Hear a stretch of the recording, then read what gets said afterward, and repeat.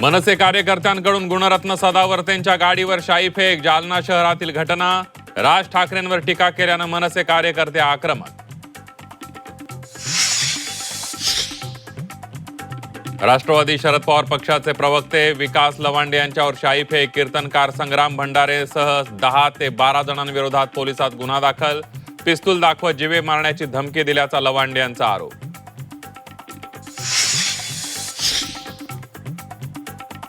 मुंबईत राष्ट्रवादी शरद पवार पक्षाचं आंदोलन. विकास लवांडे यांच्यावर शाई फेक केल्याचा निषेध. आंदोलकांची सरकार विरोधात घोषणाबाजी.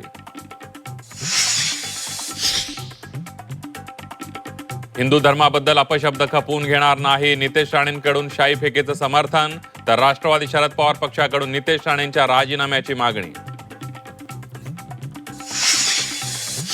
आरोपी निदा खानसह कुटुंबियांचीही चौकशी होणार. निदा खान आणि तिच्या कुटुंबियांची समोरासमोर बसून चौकशी होणार.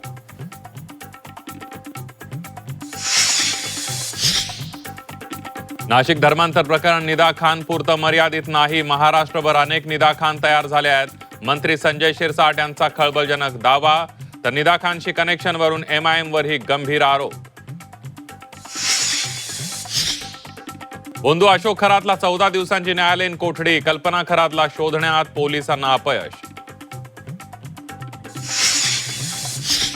हिंगोलीच्या भोसी गावात भीषण पाणी टंचाई. हंडाभर पाण्यासाठी महिलांची वणवण. जलजीवन मिशन योजनेसाठी कोटींचा खर्च करून पाणी मिळत नसल्याचा आरोप.